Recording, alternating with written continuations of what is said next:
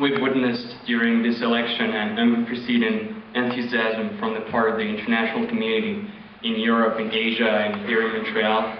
And my question is, how important do you think the weight of this international community influenced the American people? And if so, could it mean that America has reconciled itself with the rest of the world? The international community.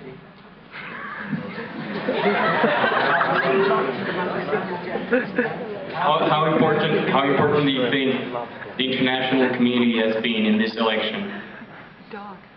I think the international community has some sort of impact in this previous election, recent election in the States. Well, I think the international... Are you talking about the effect of the international community on the election? Yes. Oh. For example, when like... I think the international community did have an effect, because I think people who voted were very aware, and have been aware for some time, that the United States has developed a very, very bad reputation in the world, deservedly, and you know, Americans are not happy when they go abroad and they're looked upon as agents of Bush, you see. And I think Americans so many Americans have not been happy about the fact that the United States is looked upon as a rogue state in the world. And I think that was at least one element, one factor in causing Americans to want to elect somebody who would be looked upon more favorably by the international community.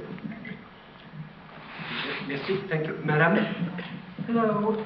I think many of the questions that have been raised in my mind by your talk tonight were answered in your book, A People's History of the United States, written some years ago. But being of the generation of the Depression, it seemed to me that those economic problems were solved by World War II, when jobs came. With that as background, what do we do today in terms of the enormous ammunition technology, as well as a lot of the others, that seem to be in large part in back of the war, of every war. World War I, it was the munitions makers. In World War II, we talked about the munitions makers.